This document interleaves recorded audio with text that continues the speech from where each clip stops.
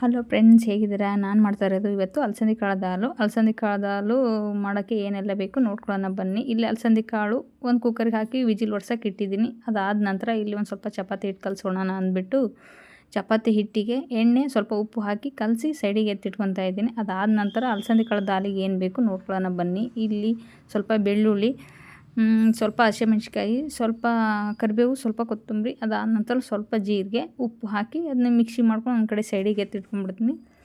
Cooker ತಣ್ಣಗೆ ಆಗಕ್ಕೆ ಬಿಟ್ಟಿದ್ದೀನಿ. ಅದು ಅಷ್ಟರಲ್ಲಿ ಚಪಾತಿ ಮಾಡ್ಕೊಂಬಿಟ್ರಾಯ್ತು ಅಂದ್ಬಿಟ್ಟು ಚಪಾತಿ ಮಾಡ್ಕೊತಾ ಇದ್ದೀನಿ ನಾನು. ತುಂಬಾ ಚೆನ್ನಾಗಿರುತ್ತೆ ಫ್ರೆಂಡ್ಸ್.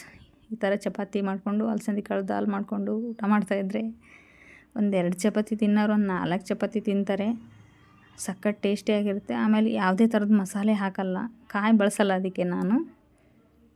ನೀವು ಒಂದ್ಸತಿ ಟ್ರೈ ಮಾಡಿ ನೋಡಿ, ಹೇಗಿರುತ್ತೆ ಅಂತ ಗೊತ್ತಾಗುತ್ತೆ. ನಾವು ಚಪಾತಿ ಬಂದ್ಬಿಟ್ಟು ಎಣ್ಣೆ ಹಾಕಿ ಚಪಾತಿ ಮಾಡೋದು ಜಾಸ್ತಿ, ನಾವು ಹಿಟ್ಟು ಹಚ್ಚಲ್ಲ. ತುಂಬಾ ಚೆನ್ನಾಗಿರುತ್ತೆ. ಒಂದು ಸತಿ ಟ್ರೈ ಮಾಡಿ ನೋಡಿ ಹೇಗಿರುತ್ತೆ ಅಂತ ನಿಮಗೂ ಗೊತ್ತಾಗುತ್ತೆ.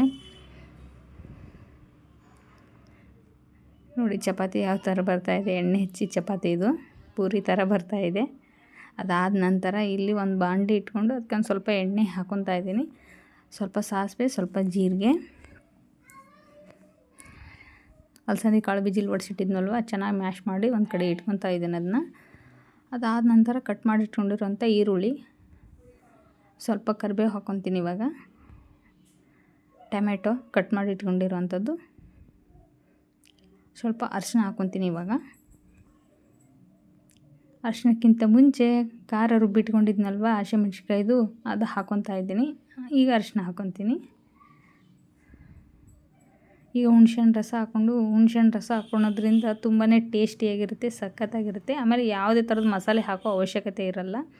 ಇಲ್ಲಿ ಮ್ಯಾಶ್ ಮಾಡಿಟ್ಕೊಂಡಿರುವಂಥ ಅಲಸಂದಿ ಕಾಳು ಹಾಕಿಬಿಟ್ಟು ಚೆನ್ನಾಗಿ ಮಿಕ್ಸ್ ಮಾಡ್ತಾಯಿದ್ದೀನಿ. ನೋಡಿ ಹೇಗೆ ಕಲರ್ ಬರ್ತಾಯಿದೆ, ತುಂಬಾ ಚೆನ್ನಾಗಿರುತ್ತೆ. ನೋಡ್ತಾ ಇದ್ದರೆ ಬಾಯಲ್ಲಿ ನೀರು ಬರುತ್ತೆ. ಇಲ್ಲಿ MTR ಸಾಂಬಾರು ಮಸಾಲ ಬಳಸ್ತಾ ಇದ್ದೀನಿ ನಾನು ಒಂದು ಸ್ವಲ್ಪ. ಅದಾದ ನಂತರ ಕೊತ್ತಂಬರಿ ಹಾಕಿ ಸೈಡಲ್ಲಿ ಎತ್ತಿಟ್ಕೊಂಡ್ಬಿಡ್ತೀನಿ ಇವಾಗ. ಬನ್ನಿ ಟೇಸ್ಟ್ ಮಾಡೋಣ ಹೇಗಿದೆ ಅಂತ ಗೊತ್ತಾಗುತ್ತೆ. ತುಂಬಾ ಚೆನ್ನಾಗಿರುತ್ತೆ. ಇಷ್ಟ ಆದರೆ ಲೈಕ್ ಮಾಡಿ, ಶೇರ್ ಮಾಡಿ, ಕಮೆಂಟ್ ಮಾಡಿ, ಸಬ್ಸ್ಕ್ರೈಬ್ ಮಾಡಿ. ಇವಾಗ ನನ್ನ ತಮ್ಮ ಕೊಡ್ತಾಯಿದ್ದೀನಿ, ನೋಡಿ ಹೇಗೆ ಹೇಳ್ತಾ ಇದ್ದೀನಿ, ಕೈ ಹೆಂಗೆ ಮಾಡ್ತಾ ಇದ್ದಾನೆ. ಅವ್ನು ಮಾಡ್ತಾ ಇರೋದು ನೋಡಿ ನನ್ನ ಮಗಳು ನಗ್ತಾ ಇದ್ದಾಳೆ. ನೆಕ್ಸ್ಟ್ ಸಿಗ್ತೀನಿ ನೆಕ್ಸ್ಟ್ ವ್ಲಾಗಲ್ಲಿ.